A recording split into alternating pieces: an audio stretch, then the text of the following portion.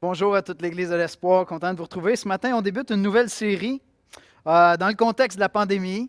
Et puis, cette série est intitulée L'Église contagieuse parce que notre prière, c'est que l'Église de l'Espoir, particulièrement ici à Longueuil, et l'Église évangélique baptiste de Sorel-Tracy, qui sont les deux églises où on a une responsabilité pastorale, soient des églises qui soient contagieuses d'un bon virus, un virus saint, celui-là, celui de Jésus-Christ, celui de la grâce.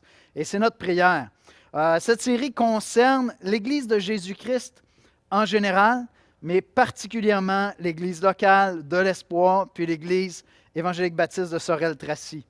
Euh, Si vous nous suivez depuis un bout de temps sur les médias sociaux, on est vraiment heureux de le faire. Il y a une belle participation, c'est encourageant. Maintenant, peut-être que vous n'êtes pas de notre assemblée, peut-être que vous êtes d'une autre assemblée ou peut-être que vous n'êtes pas dans une église locale. Alors, je veux juste vous avertir, vous allez être challengé. Je vais vous mettre au défi de chercher une église locale à laquelle vous joindre parce que c'est ça le plan de Dieu. Le plan de Dieu, c'est que tous les chrétiens fassent partie d'une église locale. Puis une église locale comme locale, tu sais, mais certainement pas une église virtuelle. Et ça, on va en parler un petit peu plus la semaine prochaine avec toute la question de la doctrine de l'incarnation. Euh, on parle de plus en plus de déconfinement. On est en train de se préparer à ce que l'Église soit déconfinée aussi. Et je pense qu'il va y avoir un effort à faire.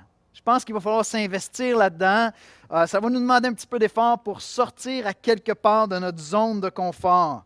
Je pense que s'investir, revenir ensemble, revenir dans des relations, s'investir dans ces relations-là réellement, physiquement présents, ça va nous demander un certain effort parce que, avouons-le, plusieurs d'entre nous, hein, on commence à prendre goût un peu au confort de notre foyer. Puis, il y a certains avantages à ça qui peut-être nous gardent chez nous, nous gardent confort. Je ne sais pas, en fait, ce matin, si tu as mis ton veston, ta cravate. Moi, je n'ai même pas mis de cravate pour venir à l'église. C'est incroyable. Mais peut-être que toi, tu es encore en boxer un matin.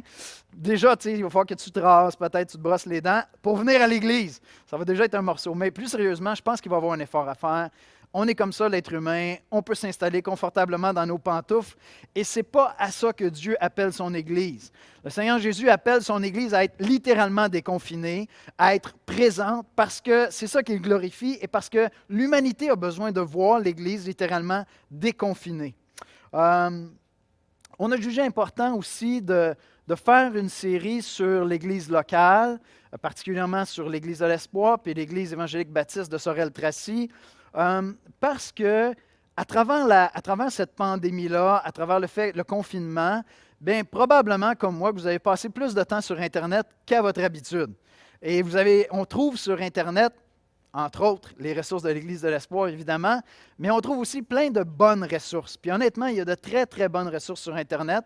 Et donc, on s'est dit, OK, ça vaut la peine de prendre le temps de se préparer à revenir en réel, de s'équiper aussi à avoir du discernement. Alors, il y a des ressources qui sont sur le web qui sont excellentes, qui sont solides, qui sont fondées sur les Écritures. Vous trouvez plusieurs églises qui vraiment s'attachent aux Écritures. Il y a d'autres églises qui sont plus libérales et qui donc sont un peu moins près des Écritures. Et en principe, on devrait développer du discernement pour ces choses-là. Et donc, on s'est dit, bien, en voyant c'est quoi l'Église locale, bibliquement, selon les Écritures, ça va nous aider à s'équiper et à avoir du discernement. Il y a toutes sortes d'églises évangéliques qui enseignent la parole de Dieu. Il y a une richesse même dans cette diversité-là. Il y en a qui sont très attachés à la parole, il y en a qui le sont un peu moins. Et il faut développer du discernement là-dedans. Parfois, les divergences sont mineures et relèvent plus d'opinions. Puis c'est correct, on cherche à développer une conviction à partir de l'étude des Écritures. Je vous donne un exemple. L'organisation SOLA, Coalition pour l'Évangile, dont je suis président. Il y a une diversité. Il y a différentes familles d'églises qui sont là. Il y a des assemblées des frères, il y a des églises réformées du Québec, il y a les églises de la Bible parle, il y en a plusieurs autres. On est comme 7 ou 8 familles d'églises différentes. Il y a tous des divergences. On a tous certaines convictions où on dit, dans notre compréhension des Écritures, c'est comme ça qu'on devrait incarner, c'est comme ça qu'on devrait enseigner, c'est comme ça qu'on devrait former des disciples de Christ à vivre ce que la parole de Dieu enseigne. Maintenant, avec toutes ces églises-là, notre compréhension fondamentale des Écritures, du salut, de l'Église, est tellement commune qu'on a vraiment une grande joie à avoir une grande collaboration. Et honnêtement, j'irais prêcher dans n'importe quelle de ces églises avec joie, avec une grande liberté.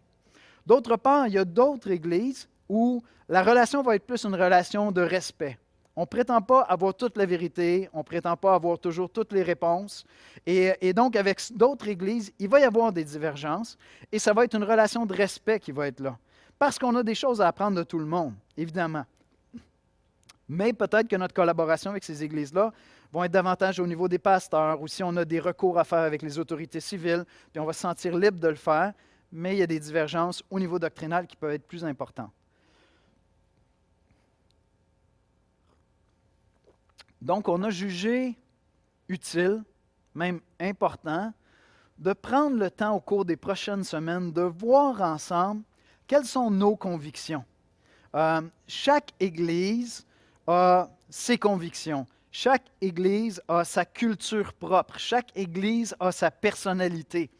Maintenant, ces convictions-là, comment on forme des disciples, comment on vit l'Église, ce n'est pas des choses qui viennent au hasard, ce n'est pas des choses qu'on a simplement héritées de l'histoire, ce sont vraiment des convictions qu'on a. Et donc, on veut prendre le temps de vous les communiquer, de vous enseigner et de s'équiper ensemble à avoir du discernement. Et si vous n'êtes pas déjà dans une église locale, ça va être l'opportunité de chercher une bonne église locale dans laquelle vous allez pouvoir vous joindre après le confinement.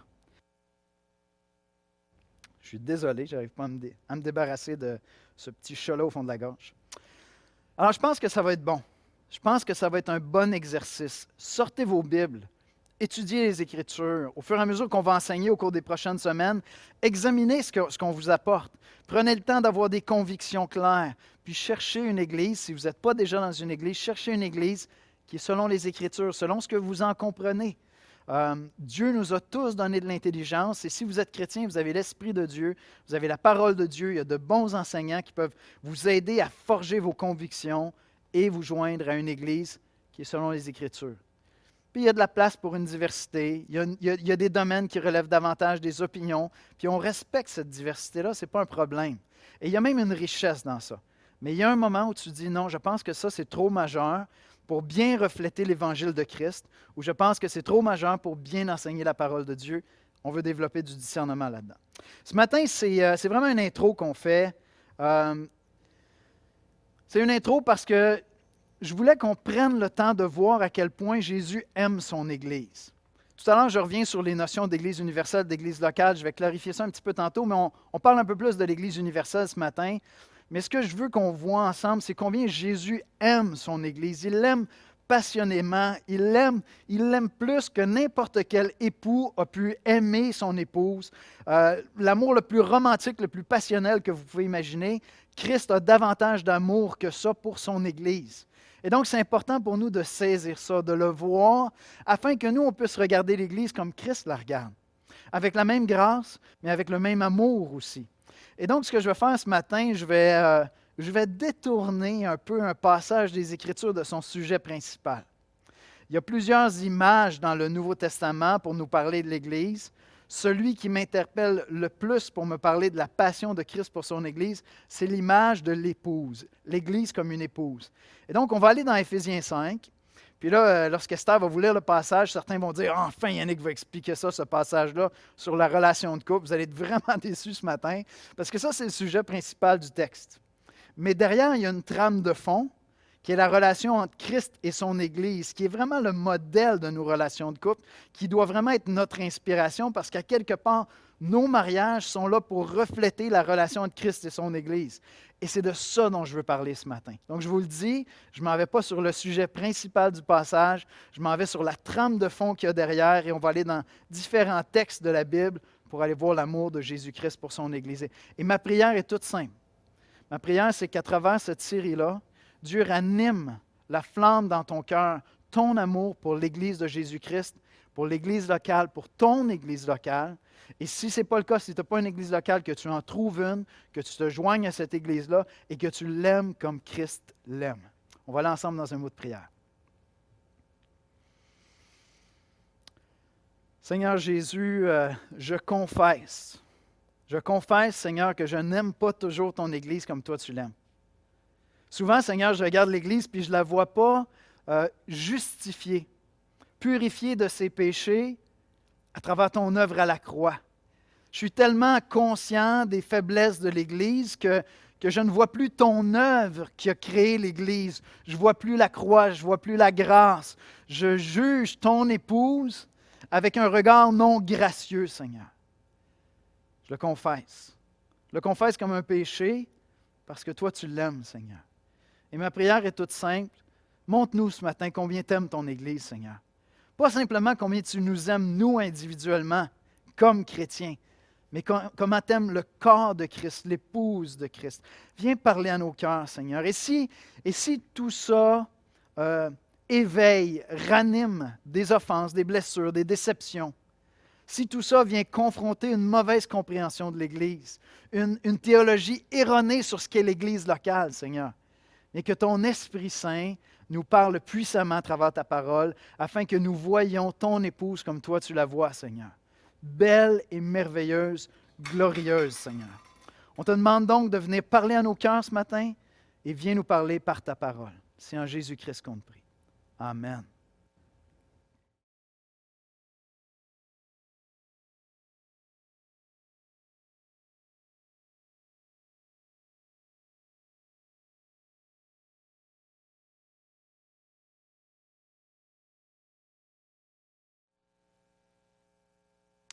Alors, le passage est dans Éphésiens 5, les versets 18 à 33, dans la nouvelle édition de Genève.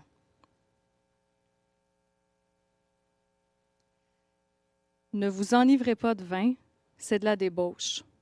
Soyez, au contraire, remplis de l'esprit. Entretenez-vous par des psaumes, par des hymnes, par des cantiques spirituels, célébrant et chantant de tout votre cœur les louanges du Seigneur. Rendez continuellement grâce à Dieu le Père pour toutes choses, au nom de notre Seigneur Jésus-Christ, vous soumettant les uns les autres dans la crainte de Christ. Femmes, que chacune soit soumise à son mari, comme au Seigneur, car le mari est le chef de la femme, comme Christ est le chef de l'Église, qui est son corps, et dont il est le Sauveur. Or, de même que l'Église est soumise à Christ, les femmes aussi doivent l'être à leur mari en toutes choses. Marie, que chacun aime sa femme, comme Christ a aimé l'Église, et s'est livré lui-même pour elle, afin de la sanctifier en la purifiant et en la lavant par l'eau de la parole, pour faire paraître devant lui cette Église glorieuse, sans tache ni ride, ni rien de semblable, mais sainte et irréprochable. C'est ainsi que le mari doit aimer sa femme comme son propre corps. Celui qui aime sa femme s'aime lui-même. Car jamais personne n'a haï sa propre chair, mais il la nourrit et en prend soin, comme Christ le fait pour l'Église, parce que nous sommes membres de son corps. C'est pourquoi l'homme quittera son père et sa mère, s'attachera à sa femme, et les deux deviendront une seule chair. Ce mystère est grand. Je dis cela par rapport à Christ et à l'Église. Du reste, que chacun de vous aime sa femme comme lui-même et que la femme respecte son mari.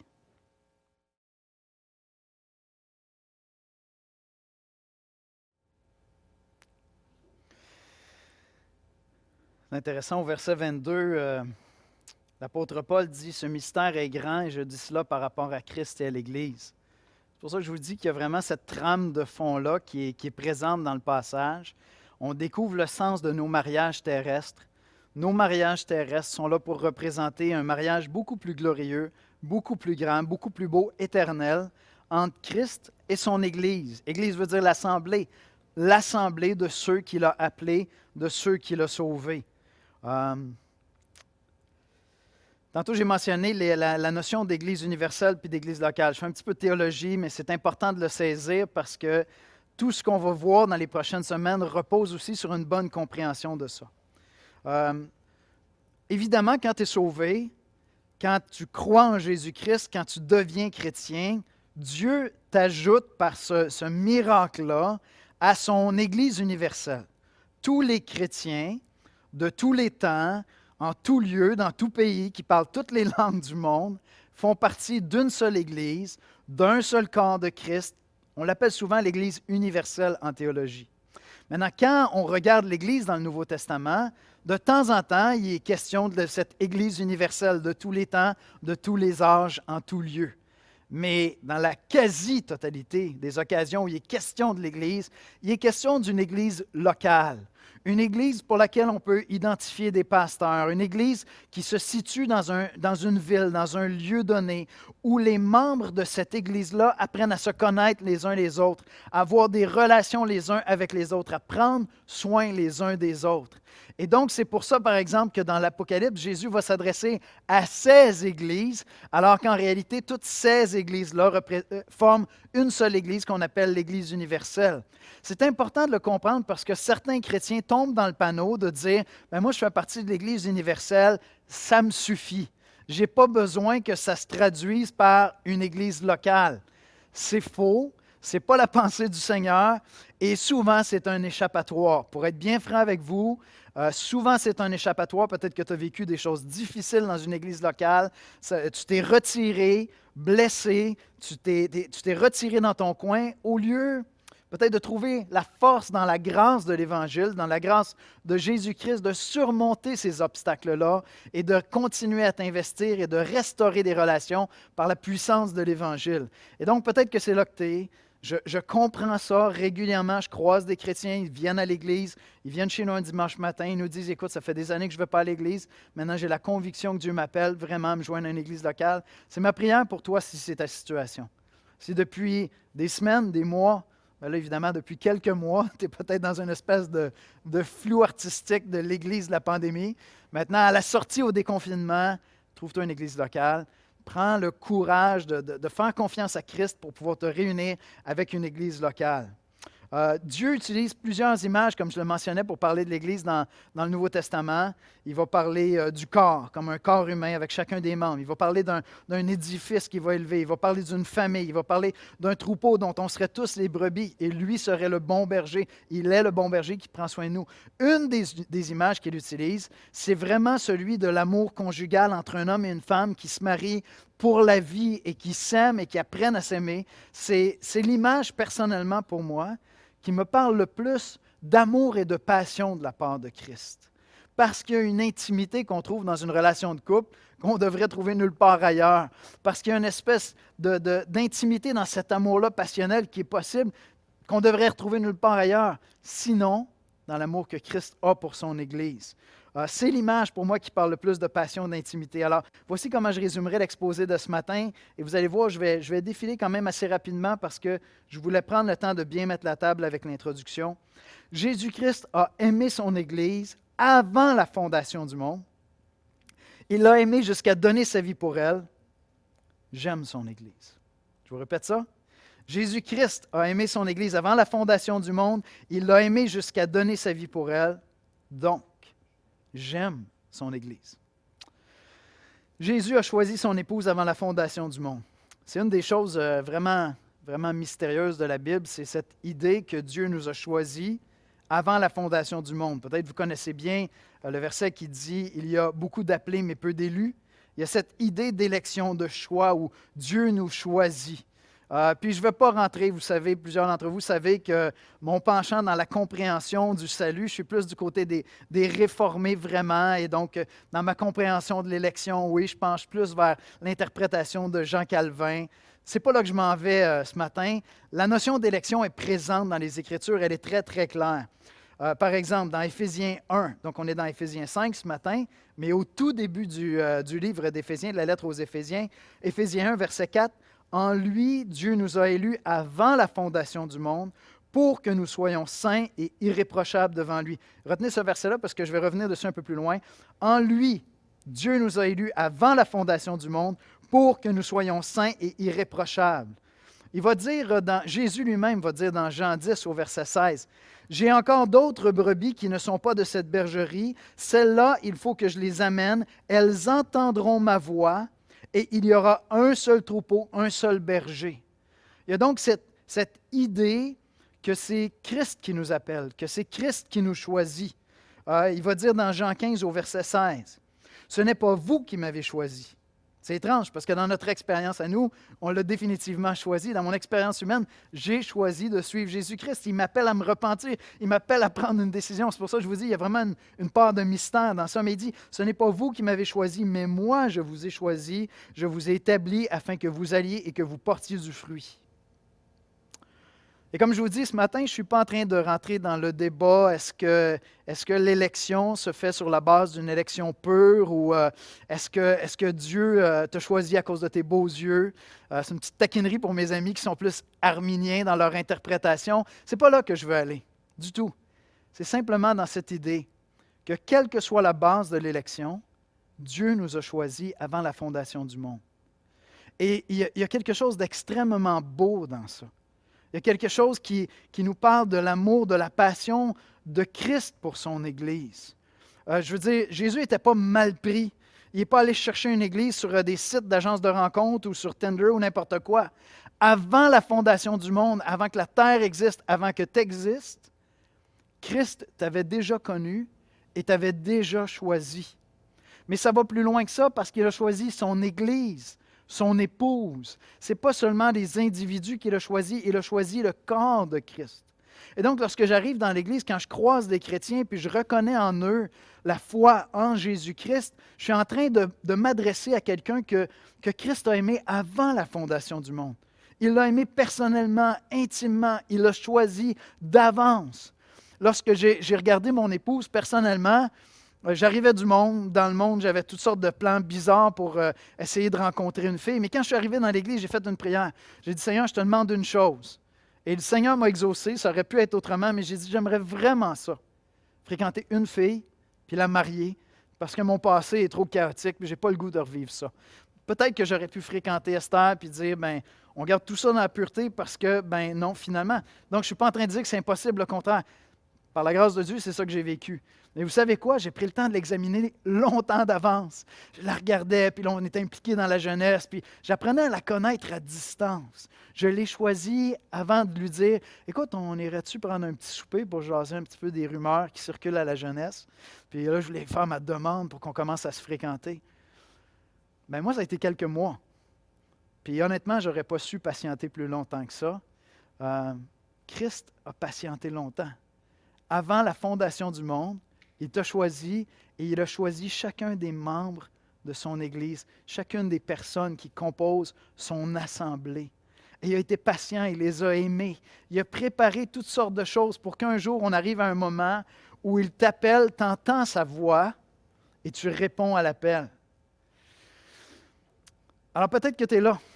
Peut-être que tu es là. Puis une des choses qui est personnellement, individuellement belle à réaliser, c'est que quand tu commences à entendre la voix de Christ, puis je sais que ça fait mystique un peu ce que je dis là, c'est difficile à expliquer, c'est une expérience, oui, spirituelle qu'on vit, où quelqu'un me parle de Jésus, je lis la Bible, toutes sortes de choses font que je commence à découvrir l'histoire de Jésus, ce qu'il est venu faire pour les hommes, mais il y a quelque chose qui s'ajoute à cette information-là qui nous est donnée.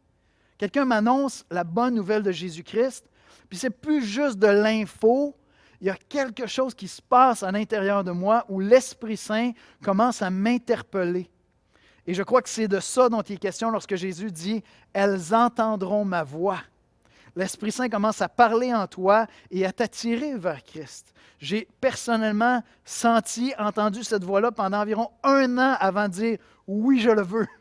Mais avant ça, je l'entendais puis je ne voulais pas l'entendre. Je l'entendais puis je ne voulais pas l'entendre.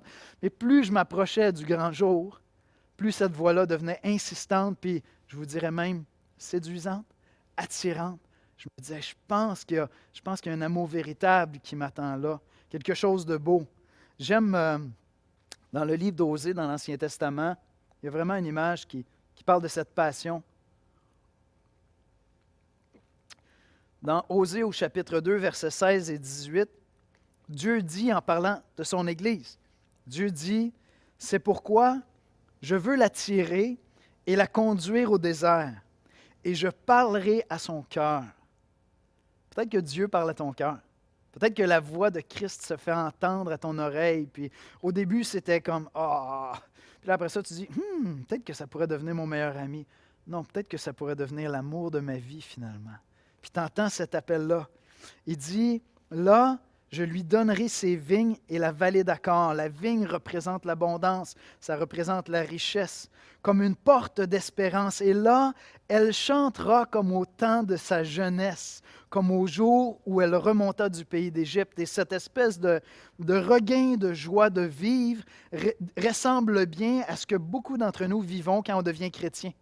Où tu as l'impression de retrouver la joie de vivre, tu as la conviction, en fait, de retrouver un chant de jeunesse en toi. Et il est en train de parler de l'Église ici. Il n'est pas en train de parler des individus, il est en train de parler de l'assemblée, de l'Église de Jésus-Christ. Voyez-vous, Jésus aime son Église davantage et avec plus de passion que n'importe quel homme a pu aimer une femme. D'un amour passionnel, d'un amour qui se livre, d'un amour qui se donne. C'est comme ça qu'il aime son Église. Et il l'a choisi d'avance. Avant la fondation du monde, il l'a choisi. C'est vrai pour toi individuellement, mais c'est vrai pour nous, l'Église, parce que c'est cette Église-là qu'il a aimé. Il y a quelque chose qui s'est passé pendant la pandémie, probablement que tu l'as expérimenté aussi. Il y a un moment où, d'après moi, c'est la première fois qu'on vit ça sur la Terre, à cause des communications et de la qualité des communications qu'on a. On a senti qu'on était tous dans le même bateau. Puis qu'il fallait à quelque part qu'on trouve le moyen de mettre de côté les divergences, puis se rassembler ensemble. Il y avait, tu sais, dans cette crise-là, il y avait quelque chose de beau de dire, OK, il va falloir tout le monde s'y mettre si on veut y arriver. Puis on comprend que peut-être que l'on va fermer des frontières. C'est pas parce qu'on ne vous aime pas. Il faut juste tout le monde qu'on mette des efforts coordonnés. Tout le monde doit communiquer de l'information. On était ensemble. Et il y a quelque chose de grand et de noble lorsqu'on est ensemble. Bien, c'est encore plus vrai, beaucoup plus riche lorsqu'on parle de l'Église de Jésus-Christ. Parce que ce qui nous unit, ce n'est pas simplement notre humanité. C'est le fait qu'on a été aimés d'un amant qui nous aime comme personne pourra nous aimer, Jésus-Christ. Et chacune des personnes qui est dans l'Église, lorsqu'elle devient chrétienne, a cette conviction profonde-là qu'elle a été aimée comme personne pourra l'aimer. Et donc, on se regarde les uns les autres, puis on dit, « As-tu senti son amour? Est-ce que tu as senti cette grâce-là, cet amour-là, combien il t'aime passionnément? » Oui, j'ai senti ça. Lorsqu'on se réunit dans la louange, quand on joint nos voix dans la louange, c'est ça qu'on est en train d'exprimer. Tout le monde ensemble, on se dit, écoutez, il faut lui dire combien on a senti qu'il nous aime, puis nos voix se joignent ensemble. On est ensemble. Nous sommes l'épouse de Christ qui répond à l'amour de notre époux. C'est troublant à quelque part, c'est très, très beau, c'est très inspirant, et c'est comme ça que Jésus aime son épouse. Maintenant, il a choisi d'avance. Mais je veux dire, je n'ai pas juste regardé Esther des mois d'avance puis me dire, je pense que c'est elle. Moi, ça s'est passé dans un moment de prière. On était en train de prier un mercredi soir avec la jeunesse, puis quand je l'ai entendu prier, j'ai dit, OK, j'ai plus de doute. Je ne peux pas vous l'expliquer, ça s'est passé comme ça. Mais ça ne s'est pas arrêté là, mon histoire. Je veux dire, je suis passé à l'action. Il y a un petit souper au restaurant, il y a eu une demande, j'ai pris des risques, j'ai dit, je m'en viens, je me suis engagé. Christ a fait beaucoup plus que la choisir. Il l'a aimée. Il l'a aimée jusqu'à donner sa vie pour elle. Il a donné sa vie pour son épouse. Éphésiens 5, 25. Marie, que chacun aime sa femme comme Christ a aimé l'Église et s'est livré lui-même pour elle. Il a donné sa vie littéralement. La semaine prochaine, on va parler de la doctrine de l'incarnation. Puis c'est important, cette vérité biblique-là, que Dieu le Fils est devenu un être humain. Il a adopté une chair humaine comme nous. Et en devenant humain, il rendait possible le fait de donner sa vie. Je veux dire, avant, il était esprit et éternel. Comment pouvait-il donner sa vie uniquement comme ça?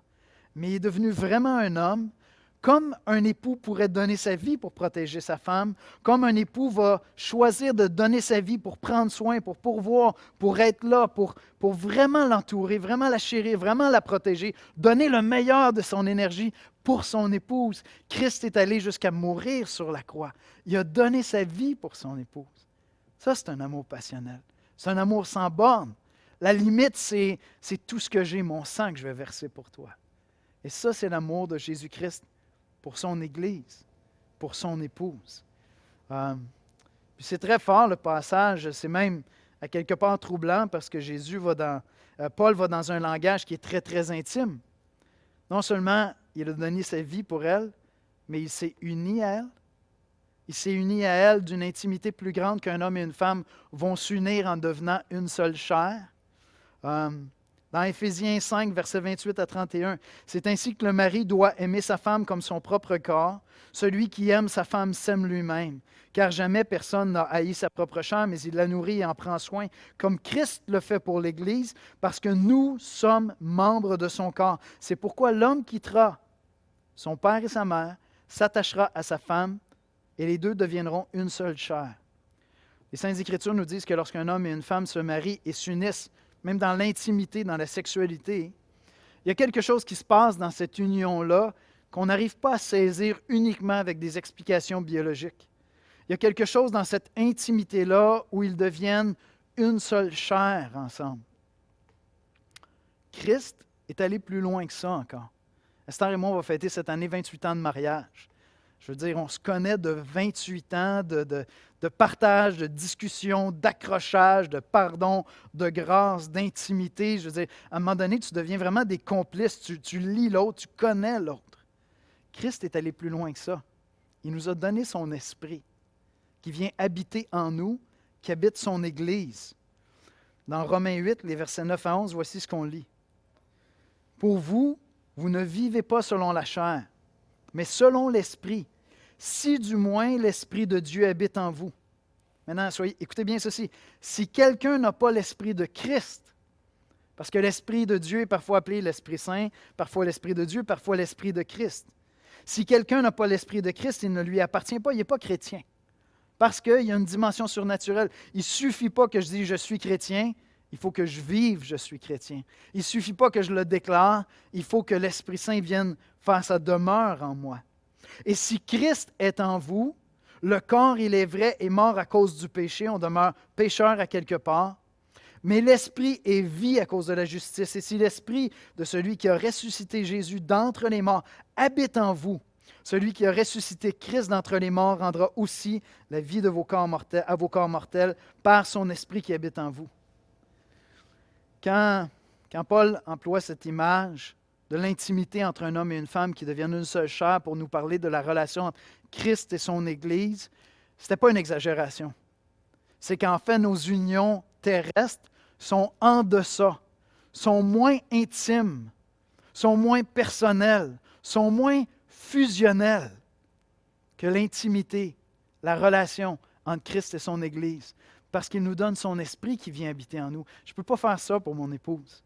Je peux lui partager à quelque part mon esprit par des millions de conversations, d'écoutes, d'heures passées ensemble, puis à quelque part, on peut vivre quelque chose qui est très, très, très intense. Mais il y aura toujours des moments où mon épouse va se dire, à quelque part, si ce n'était de Dieu, je suis seul quand même dans ce que je vis ici. Mais quand je suis chrétien, je ne serai plus jamais seul. Plus jamais. Et cet esprit-là, Christ l'a donné à son Église. C'est pour ça, on va le voir plus loin dans la série, qu'il va nous dire de prendre soin les uns des autres comme étant membres d'un même corps. Parce que l'Esprit habite dans mon frère, ma sœur, dans la foi. Écoute, si tu n'es pas chrétien, je sais que tout ça est étrange, puis c'est peut-être un peu whack, mais reste avec nous à travers la série parce que peut-être que tu vas avoir envie de faire partie de cette Église-là, de te joindre à une Église locale, avoir l'Esprit Saint en toi, puis vivre cet amour-là passionnel avec Christ. Et Christ avait un objectif lorsqu'il a donné sa vie pour son épouse, lorsqu'il a voulu s'unir à elle. Il voulait rendre son épouse belle et glorieuse. Mesdames, je dois confesser que trop souvent, comme époux, on vous prend pour acquis. C'est comme si notre petit cœur de conquérant est satisfait après la conquête, puis ça s'arrête là. Le seul véritable époux, Jésus-Christ, n'a pas terminé d'aimer son épouse et il n'aura jamais terminé d'aimer son épouse parce qu'il s'est donné pour la rendre belle et glorieuse. Versets 25 à 27. Marie, que chacun aime sa femme comme Christ a aimé l'Église et s'est livré lui-même pour elle, afin de la sanctifier en la purifiant et en la lavant. Il meurt sur la croix pour la purifier, pour la laver de ses péchés. par l'eau de la parole, par la vérité de la parole de Dieu, et pour faire paraître devant lui cette Église glorieuse, sans tache, ni ride, ni rien de semblable, mais sainte et irréprochable. C'est intéressant, au début, j'ai cité Éphésiens 1. En lui, Dieu nous a élus avant la fondation du monde pour que nous soyons saints et irréprochables. J'ai été élu individuellement, personnellement, j'ai été choisi pour que je devienne saint, c'est-à-dire sans péché, irréprochable, c'est-à-dire mature à l'image de Christ. Mais ici, l'image est utilisée pour l'épouse de Christ, pour tout le corps de Christ. Sainte et irréprochable, belle et glorieuse. À quelque part, l'Église de Jésus-Christ est la gloire de Christ. À quelque part, et ce qu'il a désiré, c'est non seulement que ses péchés soient pardonnés, non seulement la sauver, mais elle devient à quelque part sa parure comme Christ est la parure de l'Église. Christ est ma gloire, puis l'Église devient glorieuse aussi. Christ est la gloire de l'Église et l'Église devient glorieuse et belle aux yeux de Christ. Fait que j'ai une question difficile. Comment est-ce que tu vois l'Église de Jésus-Christ? Est-ce que tu la vois comme lui la voit? Ou est-ce que tu la vois peut-être avec un manque de foi? Jésus sait ce qu'il a fait pour son Église. Il est mort sur la croix pour ses péchés. À partir du moment où tu deviens chrétien, tous tes péchés sont pardonnés, passé, présent, futur. Puis on lutte beaucoup pour s'approprier ces vérités-là personnellement, mais je pense qu'on doit lutter encore plus pour les appliquer à l'Église. Parce que Jésus, lui, la trouve belle, l'Église. Il va la trouver encore plus belle lorsqu'elle va être absolument sans péché, avec un corps glorifié. Il n'y aura plus jamais de faute. Mais lui, la voit déjà comme celle qu'il a aimée, celle qu'il a épousée, celle qu'il a pardonnée. Jésus regarde toujours son Église à travers la lentille de la grâce, de la purification qu'il a fait. Il est déjà marié avec elle. Et donc Jésus la regarde toujours comme ça. Et il y a un défi de foi pour nous lorsqu'on vit la réalité de l'Église, et je pense que ça explique la tentation pour de nombreux chrétiens de dire « Ah, écoute, moi je fais partie de l'Église universelle. Je pense qu'elle est plus belle comme ça. » Tu sais? Je pense que c'est ça, peut-être qu'elle est plus jolie comme ça. L'image qui me venait à l'esprit cette semaine, je me disais, tu sais, des fois, à cause de situations, des circonstances de travail, peut-être qu'un mari est obligé de se séparer de sa femme pour un temps, ils vont travailler à distance, puis ils vont se parler à distance, tu sais. Mais je veux dire, il y a un moment où on doit arrêter cette affaire-là, puis on doit être ensemble. Il y en a peut-être qui, avec le confinement, se diraient, « Mais sais-tu, je la trouve plus belle sur un écran à l'Église de Christ. Tous les messages sont bons, il n'y a pas de chrétiens qui me font de la peine. Quand je ne suis pas d'accord avec ce prédicateur-là, je fais juste changer de channel sur YouTube, puis celui-là, ce matin, là, je pense que c'est ça que j'avais besoin. » Mais ce n'est pas ça la vision que Christ a de son Église. Et je sais que si tu as vécu dans l'Église locale, il y a des offenses, il y a des blessures, les gens sont imparfaits. Je le dis souvent à l'Église ici, j'aime cette citation de Mark Dever, une dame un jour lui disait « Ah, moi, les églises, je ne veux pas aller là, c'est rempli d'hypocrites. » Puis qu'est-ce qu'il a répondu? Il a répondu « Ben, madame, il y a toujours de la place pour une personne de plus, un hypocrite de plus. » Parce qu'on sait qu'on est pécheur, on demeure pécheur. Mais le défi que je te lance ce matin, puis à travers toute cette série-là, ça va être de regarder l'Église comme Christ la regarde. Christ n'est pas découragé de son Église. Il sait ce qu'il a fait pour elle. Christ l'aime, puis il n'y a pas de difficulté à la reprendre. Hein? Il n'y a pas de difficulté à adresser des péchés dans son Église. Il le fait même sévèrement dans Apocalypse. On va le faire à travers la série. On va voir des choses où on doit peut-être se remettre en question. Mais ma question pour toi, c'est, est-ce que tu aimes l'Église de Christ comme lui l'aime? Et c'est mon dernier point ce matin. Je vais terminer avec ce point-là qui est très, très, très pratique. Aime l'Église de Christ. Aime-la de tout ton cœur. Aime-la premièrement parce que tu te sais aimer. Tu te sais aimer de Jésus-Christ. Des fois, on dit on entend ça en psychologie, hein? Ceux qui se sentent pas aimés ont de la difficulté à aimer. Et il y a probablement quelque chose de vrai dans tout ça. La beauté de l'Évangile, c'est que lorsque je crois en Jésus-Christ, je sais, comme jamais auparavant dans ma vie personnelle, que j'ai été aimé. Et lorsque j'apprends à découvrir vraiment tout l'Évangile de Christ, je réalise que j'ai été aimé même avant ma conception. J'ai été aimé même avant la fondation du monde. Christ m'avait choisi avant même la fondation du monde. Et donc, je sais en moi-même, dans mes tripes, que je suis un être aimé. J'ai été aimé par Christ et par conséquent, je veux aimer l'épouse de Christ. Puis l'image qui me venait à l'esprit, et je termine avec ça, l'image qui me venait à l'esprit, c'est vraiment aime l'épouse de Christ comme tu vas aimer l'épouse de ton meilleur ami. Comme tu vas même apprendre à l'aimer. Je sais que ce n'est pas toujours évident. Hein? Moi, mes enfants ne sont pas mariés, mais peut-être qu'un jour, ils vont se marier, puis sur le coup, je vais me dire, je ne sais pas, moi, je n'aurais pas choisi celui-là, chérie. Peut-être que je serais allé vers quelqu'un d'autre. Mais parce que je l'aime, je vais apprendre à l'aimer. Parce que je l'aime sincèrement, je vais apprendre à l'aimer. Et si ma fille se mariait avec un gars puis qu'elle ne sentait jamais mon amour pour cet homme-là, vous savez comment elle le vivrait? C'est que je ne l'aime pas vraiment elle. C'est comme ça qu'elle l'interpréterait. Au contraire, je vais m'appliquer à dire, écoute, il doit avoir des qualités parce que tu es tombé en amour avec, puis moi je connais ton jugement, puis écoute, je vais les découvrir, ces qualités-là, je vais apprendre à l'aimer. Jésus-Christ aime son Église. Et peut-être que son Église t'a offensé, peut-être que son Église t'a blessé, peut-être que tu es confortable avec la version 2.0 web de l'Église parce que ça ne te demande pas d'apprendre à aimer concrètement l'Église.